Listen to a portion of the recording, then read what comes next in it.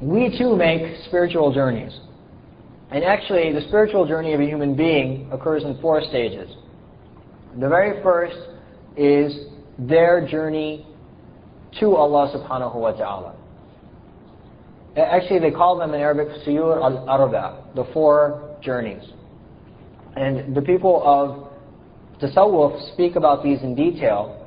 And actually, if you reflect upon your life, you'll see that in various stages and in various ways, you also have gone through these 4 journeys. So the first one is called Sayr ilallah, the journey to Allah subhanahu wa ta'ala.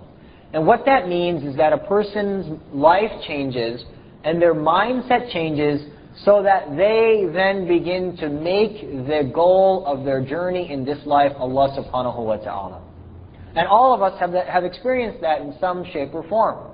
There was a time when we were working towards the dunya, we were caught up in the life of the dunya. Many of us had not changed through this mercy of Allah subhanahu wa ta'ala. And then all of a sudden Allah subhanahu wa ta'ala bestows upon us this change in our lives, when Islam becomes something important.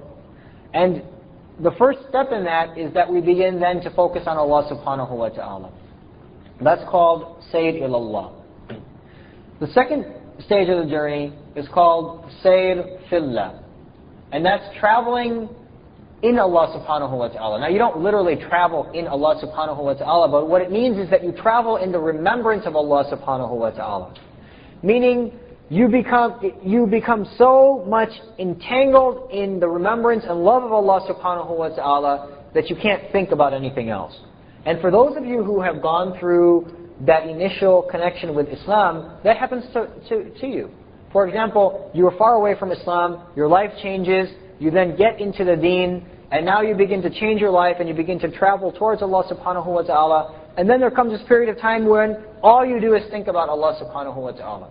You can't stop yourself actually. You get into prayer, tears descend, and shiver, and electricity is running through your spine. You talk to people, you're thinking about Allah. Whenever you sit and look at the sky, you're thinking about Allah. So that actually happens to us when we first begin our journey in the deen. Now, we keep in mind that when you first enter or change your life, or you first come into the deen, Allah subhanahu wa ta'ala gives you all of these various journeys very quickly as a gift. It's sort of like a trial. But later on, it takes a tremendous degree of effort in order to truly experience these. So what happens is when somebody becomes a Muslim or somebody changes their life to the deen, initially they experience a tremendous amount, and then all of that goes away. Unless they make a tremendous degree of sacrifice to re-attain it. So the initial turn through the journey is actually given by Allah subhanahu wa ta'ala's mercy. The second turn that occurs is actually the more permanent one, but it requires a tremendous amount of sacrifice and a great deal of effort. So the first journey is to Allah subhanahu wa ta'ala. The second journey is in the remembrance of Allah subhanahu wa ta'ala. The third journey is returning from Allah subhanahu wa ta'ala. So that's min Allah. And the fourth journey is fil ashya. Sayr fil ashya, in which a human being is acting like a normal person, but is deeply connected to Allah subhanahu wa ta'ala.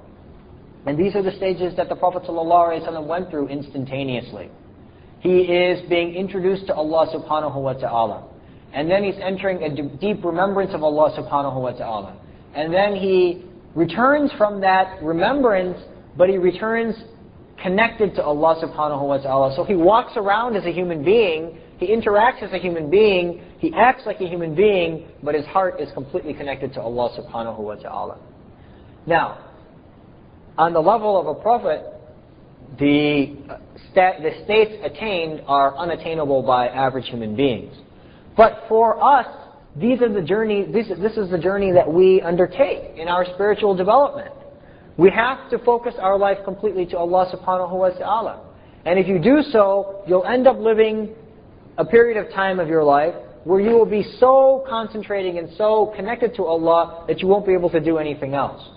And then eventually you'll descend from that state, but then you'll return as if you're a normal person, but you'll be so connected with Allah that your heart will constantly be remembering Allah. Or at least, not constantly, but as much as it's able to do so and as much as Allah permits. So that's actually the spiritual development of a human being, and on our level it occurs obviously degrees beneath what a prophet would experience, but it is part of our spiritual development. And I'm not going to go into the details here, but what I do want to highlight is that in this particular instance, the Prophet ﷺ is taking a tremendous spiritual journey. And it's the power of the angel that's squeezing him through this journey from out of this world and into the world of the unseen. The hadith then continues, and it says that the Prophet ﷺ فَرَجَعَ بِهَا رَسُولُ اللَّهِ صَلَّى اللَّهُ عَلَيْهِ وَسَلَّمْ يَرْجُفُ فُؤَادُهُ. So the Prophet ﷺ returned, and his heart was in tremendous fear. I mean, his heart was rapidly beating. He was very terrified as to what had occurred. فَدَخَلَ عَلَى خَدِيجَةَ بِنْتِ خُوَيْلِدٍ. And so he entered upon Khadija, who was the daughter of Khuwaylid, radiyallahu anha, who was the wife of the Prophet ﷺ at this particular moment in history. فَقَالَ. And he says, زَمِّلُونِي زَمِّلُونِي. Cover me, cover me. And so, فَزَمَّلُوهَا. And so they covered the Prophet ﷺ. حَتَّى ذَهَبَ عَنْهَا الرُّعْبُ. Until the fear left the Prophet ﷺ, or at least the intensity of the fear that was afflicting the Prophet ﷺ decreased significantly. فَقَالَ لِي خَدِيجَةَ. Actually, let's stop here for a second. So this actually is a very, very beautiful scene. Close your eyes and imagine, here's the Prophet ﷺ interacting with the unseen world. He's interacting with an angel. He's become a prophet. Islam has been born. The Quran has been revealed upon his heart, the first of it. And here he comes running in extreme fear, and he comes to his wife, and he begins to seek comfort in his wife. So this is actually a sunnah. To seek comfort in your family members is a sunnah. And that's exactly what the Prophet ﷺ did, the very initial stage of the deen. Then he says, cover me, cover me. And so they throw a blanket upon him. And if you just close your eyes and you imagine the Prophet ﷺ in this stage, it's very, very beautiful. Because here the Prophet ﷺ is now wrapped up. And in fact, in another occasion in the Quran, Allah subhanahu wa ta'ala refers to the Prophet ﷺ as, O one who is wrapped up, O cloak, O one who is wrapped in a cloak. So, this state of the Prophet ﷺ being wrapped up in this cloak is a very, very unique characteristic of the Prophet ﷺ. In the sense that Allah subhanahu wa ta'ala picked up on this characteristic and preserved it for us to recite for 1400 years and until the end of time. And so that's why you'll see, my teachers, they used to carry with them these like a cloak, and they would be wrapped up in their cloak when they would teach their ahadith. And the reason why was because they wanted to emulate this beautiful picture of the Prophet ﷺ. Because not only did they pick up on it from this hadith, but Allah subhanahu wa ta'ala himself, when he's describing the Prophet ﷺ in one occasion, describes the Prophet ﷺ as, O one who is clothed. And if you look at the various explications of this ayah, most of the ulama agree that this means, O one who is cloaked in a physical cloth, such as this. But it also means, according to some of the scholars, O one who is cloaked in the cloth of prophethood.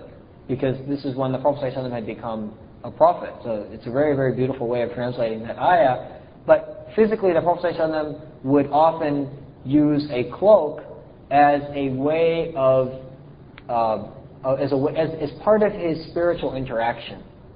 And Allah subhanahu wa ta'ala also preserves this for us in the Holy Quran. And so this is why you'll often see, especially my teachers, I saw them, they would have cloaks, and they would wear their cloaks. And when I picture my teachers teaching hadith, I picture them wrapped up. They would be wrapped up, it would be freezing cold, and they would be wrapped up in this cloak, and tears would be falling from their eyes, and they would be relating hadith to us, and they would be relating stories of the various akabir and the sahaba, etc. And that's the picture that gets ingrained in my head as well. So it's just a very, very beautiful interaction with the Prophet ﷺ, his family, and then his cloak being wrapped up. And it's the cloak that brings him this peace. It's the cloak that helps him to get through this spiritual journey, and then the fear is descended from him. So you think about, the first thing he asks when he returns from his family is, cover me, cloak me, put my cloak on me. And then that acts as a means of bringing tremendous peace to him. And it acts to remove the fear. So basically my point is, it's a sunnah to have a cloak. It's a sunnah to have a blanket that you wrap around yourself. فَقَالَ لِخَدِيجَةَ رَضِيَ اللَّهُ عَنْهَا. So he says to Khadija, وَأَخْبَرَهَا الْخَبَرَ, and he explains to her exactly what happened. So here he sits down after he's been cloaked and after he attained some degree of serenity. He says to his wife, radiallahu anha, everything that happened. He explains that I went up to the cave and this unique being approached me. This unique being asked me to read, but I didn't know how to read. He squeezed me so hard. I've never been squeezed in such a manner before. And he asked me to read again. I still explained that I didn't know how to read, and he relates the entire story. And then he says to his wife, لَقَدْ خَشِيتُ عَلَى نَفْسِي. Verily, I am afraid for my soul. So here the Prophet ﷺ is expressing his deep fear as to what has occurred. He's extremely fearful for what has just occurred, and he says it in a very, very short statement, لَقَدْ خَشِيتُ عَلَى نَفْسِي. After all of this, I am now extremely afraid for myself. And that's another possibility, that he was afraid at the time of the squeezing, or the other explanation is that he is now afraid. And the reason, and then the ulama go into a discussion as to what do we mean by him being afraid for his soul. Because obviously this experience is going to now carry through with him for the next 23 years. So some ulama say that he was afraid that he may have some type of sickness. He wasn't sure what was going on. Other ulama say he was afraid that he may die from this tremendous fear. His heart was beating in such a way that he felt that it was just beyond the control of his body. And so some ulama say that it was a fear from death. And some say it was a fear from the shock of seeing an angel. And others say it was a fear of now understanding the realization of what was about to be bestowed upon him. Meaning he had some degree of understanding of the tremendous responsibility that will be bestowed upon him because of his receiving revelation and because of him being bestowed the prophethood.